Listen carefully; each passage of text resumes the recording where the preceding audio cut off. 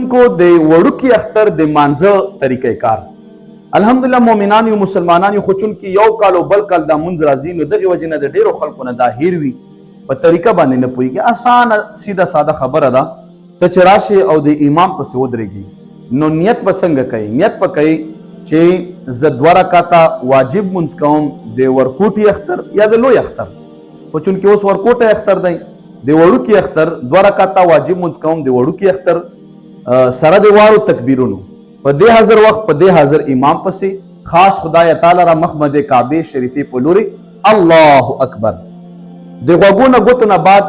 امام صاحب ځان سره سبحانک اللهم وایي ته به مو وایي چې کله غیرک ته ورسیږي نو ناظرینو کتونکو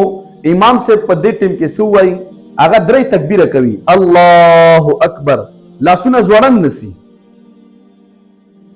بیا الله اکبر لاسونه به ځوړند نسی تبه هم نسی تبه مور سره دا کوي بیا به امام صاحب الله اکبر لاسونه به وتړي د نامه نه لاندې تبه مور سره وتړي همدغه طریقه به تم کوي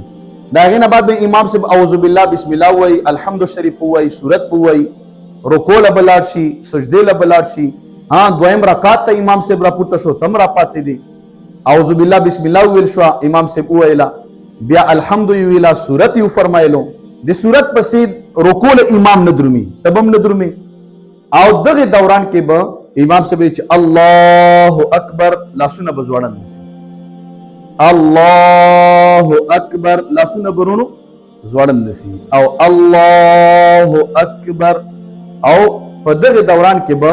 4م تکبیر کې ډایرکټ لاړ شي امام صاحب 4م تکبیر چې وایي رکوع له لاړ شي تب هم ورسره لاړ شي نو په دغه طریقه باندې برونو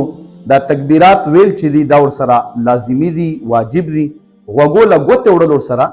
سنت دي رب ذوالجلال سره د ما د اختر عبادتونه قبول کا والله پاک مو په دواړه جهان کامیاب کا آمین بجاه النبی الرؤوف الرحیم